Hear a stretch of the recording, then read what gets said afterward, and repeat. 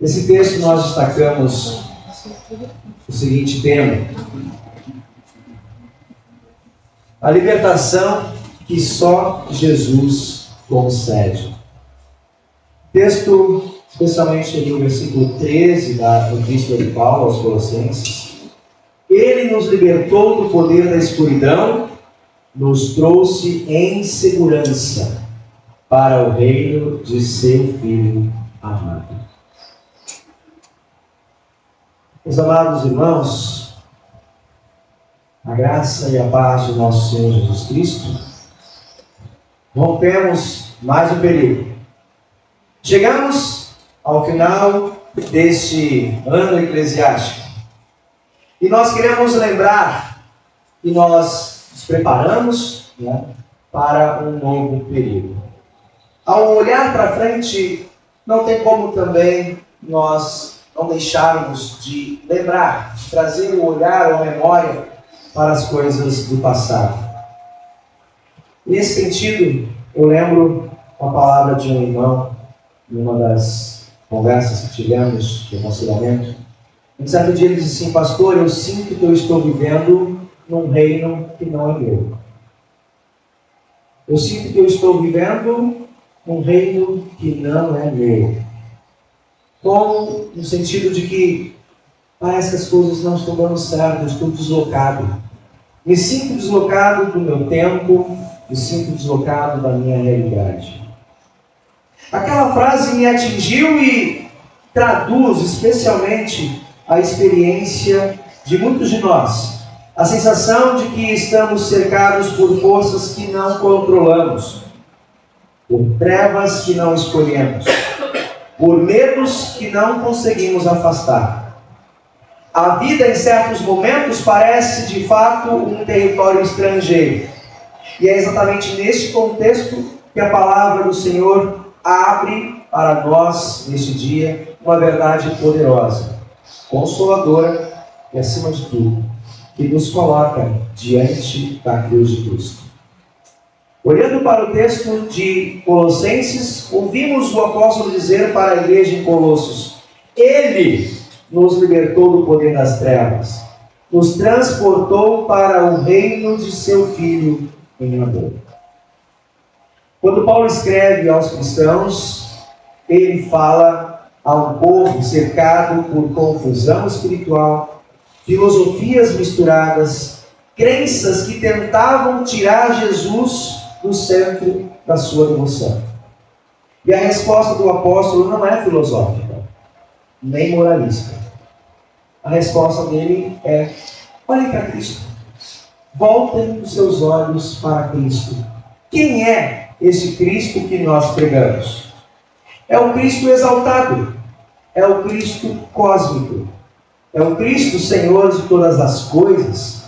Não há como nós não lembrarmos, enquanto líamos o texto da epístola, as palavras do credo niceno. Que, aliás, este ano estamos celebrando 1700 anos em que ele foi proclamado pela primeira vez pela cristandade. Esse Cristo é a imagem do Deus invisível, Criador de tudo o que existe, quem sustenta todas as coisas. Ele é, de maneira literal, como o apóstolo Paulo expressa, a cabeça da igreja, o primogênito dentre os mortos, aquele em quem toda a plenitude habita. E é este Cristo, e não outro, que nos resgatou do domínio das trevas. Quando nós olhamos para a descrição bíblica, e quando falamos de um Cristo em quem nós cremos, queremos distinguir de todo o conceito de outras religiões, de um conceito sincretista. Nós rejeitamos, abolimos e voltamos os nossos olhos para dizer: esse Cristo, quem eu confesso e creio, tem uma identidade. Ele é verdadeiro Deus e é verdadeiro ser humano. Em tudo semelhante a nós, em sofrimento, porém sem pecado. Meus irmãos e irmãs, quando a palavra do Senhor diz que Ele nos libertou do poder das trevas, deixa claro para nós que por nós mesmos não poderíamos sair do poder das trevas. Não poderíamos abolir o pecado que está em nós. A lei de Deus revela isso com muita profundidade. O pecado nos prendeu e nos deixa incapazes de encontrar o caminho da luz. Por isso, também em nossas confissões, de maneira muito clara, ou seja, não é criação dos tempos modernos, nossos irmãos, nossos pais da igreja expressaram: sem o temor de Deus, sem a confiança em Deus, nós estávamos abandonados, imersos em nossas paixões e concupiscências.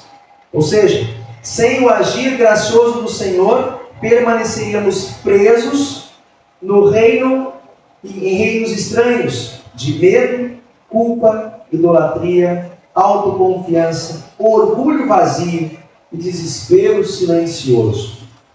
Como diz o profeta Malaquias, muitos chegam até a duvidar se vale a pena servir a Deus, olhando para a injustiça do mundo e dizendo: é inútil servir ao Senhor. Essa é a voz da velha natureza, a voz das trevas tentando nos convencer de que o reinado de Deus é frágil, distante ou indiferente. Mas nós louvamos o Senhor, porque esta não é a frase final.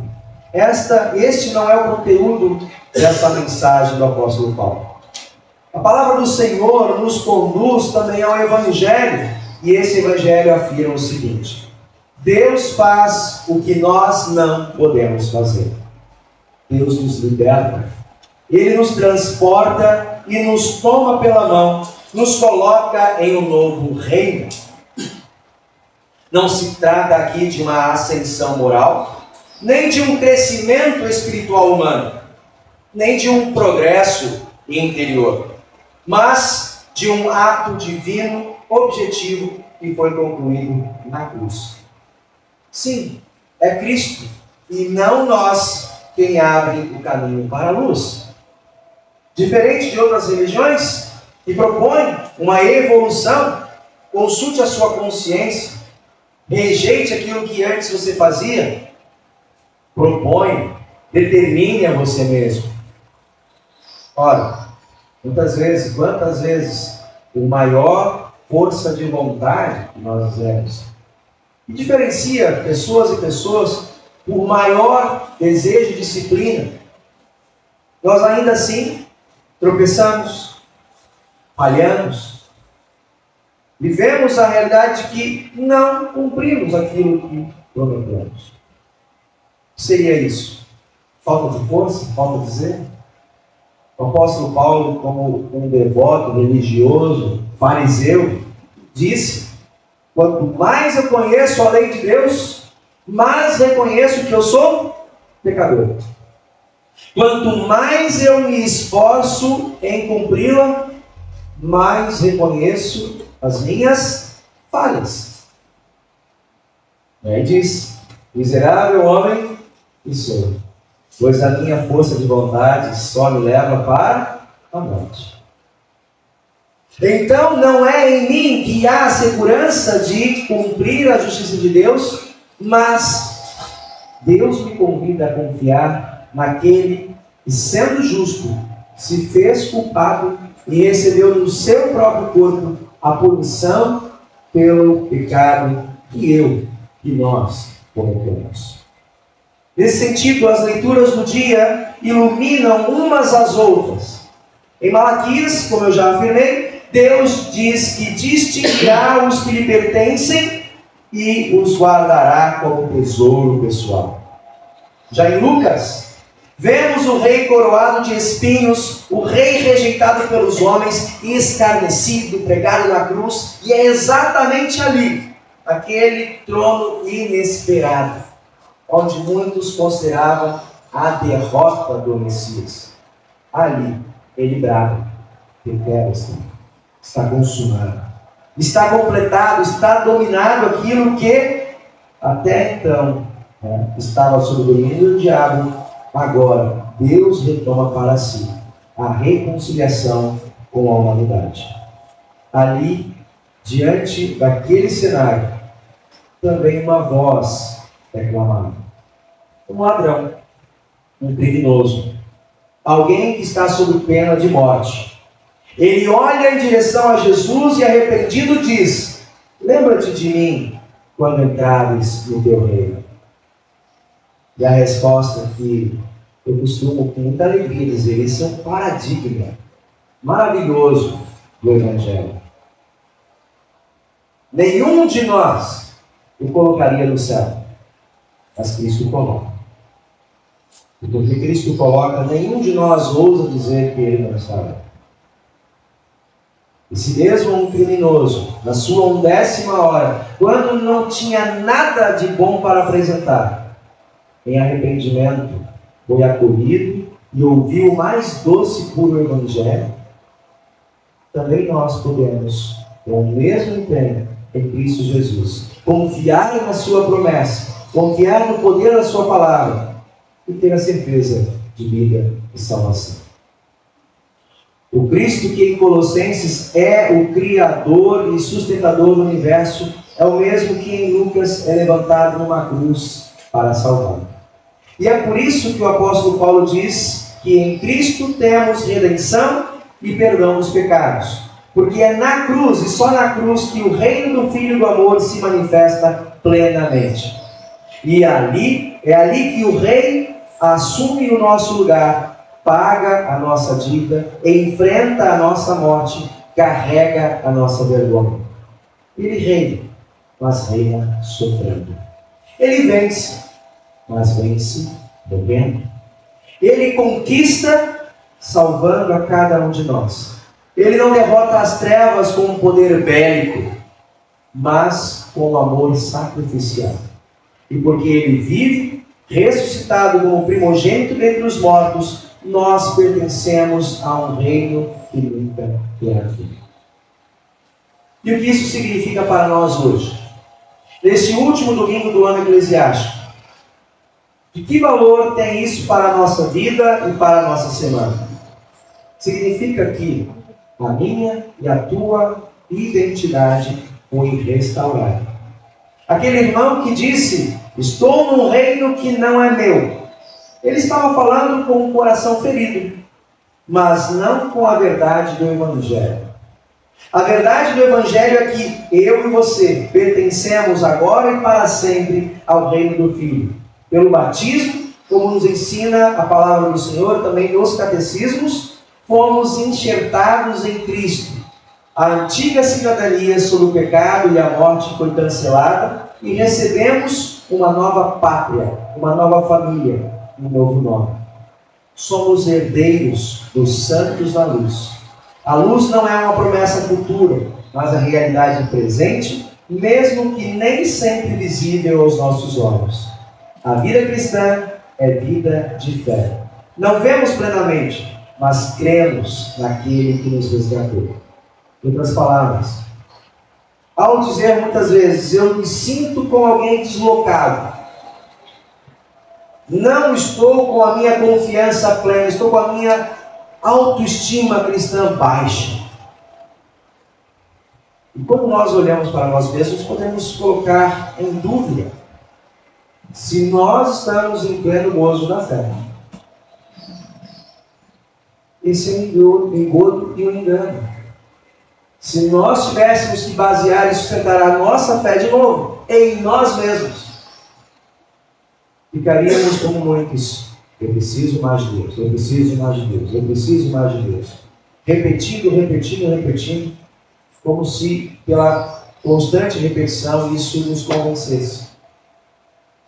Quando pela palavra, o que Deus nos convida é: apegue-se a mim, a minha promessa. Confia em mim, na minha promessa. Eu sou o suficiente, não vocês. É no Senhor que aquele criminoso na cruz, ao bradar, ele se apegou. Ao olhar para si mesmo, o que ele tinha? Sou um corpo moribundo, recebendo a justa condenação pelas diversas escolhas erradas que fiz ao longo da minha vida. Jesus aí, hoje estará convidando para isso. E ele se apegou a essa promessa. É nesse sentido que todos nós, como cristãos, precisamos testemunhar ao mundo. O que dá a segurança de salvação não é o seu exercício contínuo de fé. Não é aquelas estrelinhas que você vai marcando na sua agenda de boas ações diante de Deus. Mas é apegar-se à promessa e à palavra de Cristo Jesus. Ela é a suficiência para a nossa salvação. E sim, é verdade que ainda vivemos em um mundo onde trevas parecem fortes, onde a injustiça parece prosperar, onde o pecado ainda nos cerca e onde carregamos cicatrizes reais. Mas o Senhor nos lembra: vocês já foram transportados, vocês já foram reconciliados comigo. O reino das trevas não tem a palavra final sobre o seu medo, sobre o seu erro, sobre a sua queda, sobre o seu passado ou sobre a sua morte. O rei que venceu a cruz venceu também tudo aquilo que tenta aprisionar os nossos corações. E viver nesse reino significa caminhar em confiança. E aqui o Salmo 46 vem com um brado para todos nós. Deus é o nosso refúgio e fortaleza, socorro bem presente nestas orações. Conhecendo esse salmo, sendo teólogo, sendo também um músico, Lutero escreveu, compôs o que nós cantamos, o hino nacional de toda a igreja protestante. Castelo forte é o nosso Deus. Ao meditar sobre esse hino, ele encontrou verdadeira confiança.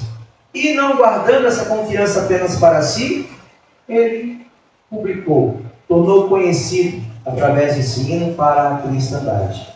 Castelo forte é o nosso Deus, refúgio e boa espada. Pois isso, Cristo é o Rei que nos protege. E mesmo quando a terra se transtorna, mesmo quando os montes se abalam, mesmo quando tudo parece ruir, o reino permanece, porque o Rei permanece. E isso nos leva também a um ponto mais profundo em nossa fé, a nossa santificação. Somos cristãos santificados em Cristo Jesus. Não é uma condição para entrar no reino, mas é um fruto de um reino a qual nós já pertencemos.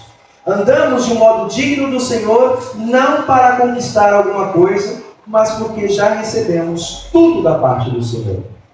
Obedecemos não para ganhar o amor de Deus, mas porque já somos amados por Ele. Servimos não para obter perdão de Deus, mas porque já fomos perdoados em Cristo Jesus. Portanto, a vida cristã brota naturalmente da certeza da salvação.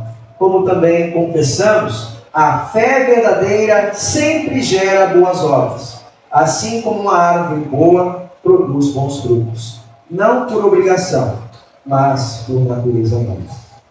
Isso nós lembramos ontem, ainda no Conselho Distrital, meditando o tema do próximo ano, onde a igreja quer trabalhar o tema de ação de graças e missão.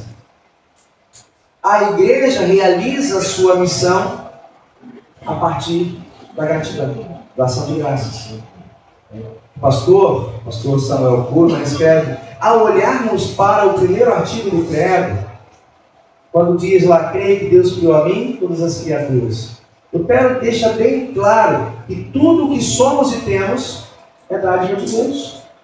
Ele me deu corpo, alma, olhos, ouvidos, todos os membros.